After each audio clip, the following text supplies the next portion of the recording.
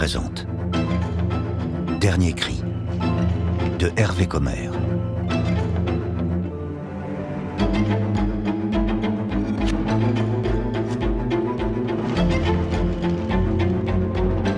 Lu par Christophe Brou.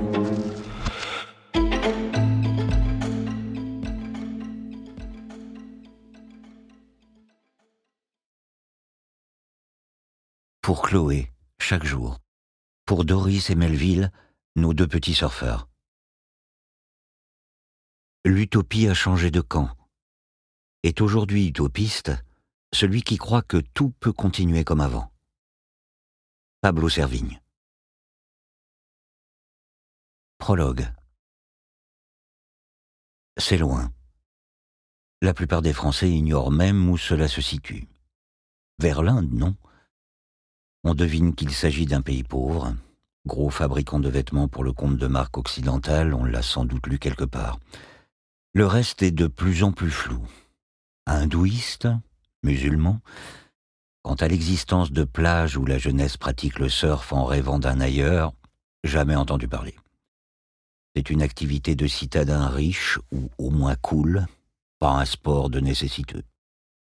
Ils sont pourtant des milliers là-bas, le long des 580 km de côte lavées par les vagues qu'ils sillonnent sur leurs planches.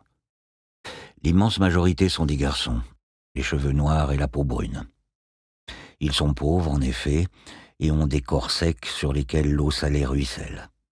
À l'autre bout du monde, une jeune femme fouille parmi les rayons d'un supermarché qu'éclairent des lignes de néon à la recherche d'un t-shirt, blanc de préférence, et pas cher. 4 €, ce serait idéal. Pas plus de 5 en tout cas.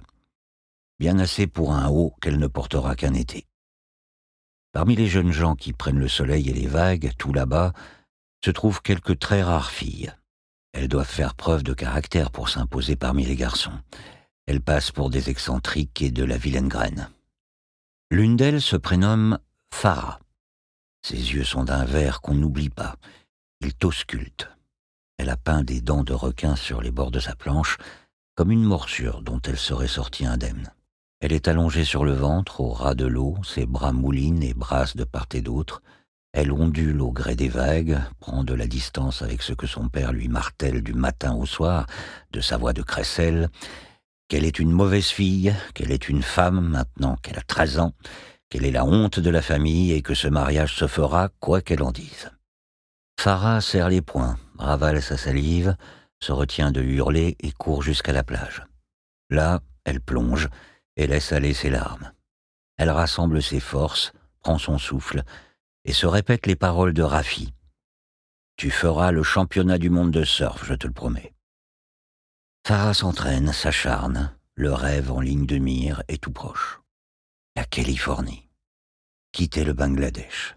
Être la première fille d'ici à remporter la coupe. Rester vivre là-bas. Sortir de cette indigence et du chemin qu'on a tracé pour elle. Laisser où il est ce vieil oncle auquel elle est promise et qui lui dit des « je t'aime » au téléphone, en présence du reste de la famille. Elle presse le combiné dans sa paume et acquiesce sans répondre. Son père lui fait de grands gestes, tout en air. Sa mère la dévisage.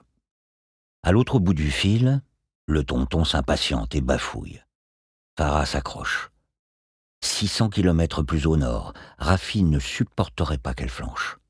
C'est pour elle qu'il est parti. Il fabrique des jeans à Dhaka. Ceux-là même que la femme de tout à l'heure passe à présent en revue dans ce grand magasin. Ils sont déjà un peu usés, prêts à l'emploi, jolis.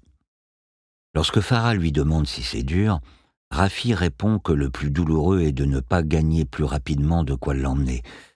Mais ça viendra bientôt. Il débarquera en cachette et la retrouvera. Et ensemble, ils fuiront sans rien dire à personne, et ce sera la vraie vie. Pour le moment, ça ne compte pas. On s'entraîne, on dissimule, on travaille, on tient bon. Farah se lève en sursaut.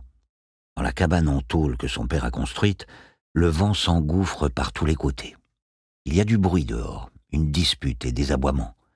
Elle connaît ses cris par cœur, ceux de son père contre la terre entière, les éléments qui se déchaînent, la pauvreté, le prix des choses et le yaba qui manque, cette drogue de synthèse qui ravage l'Asie du Sud-Est et troue la cervelle de ses consommateurs.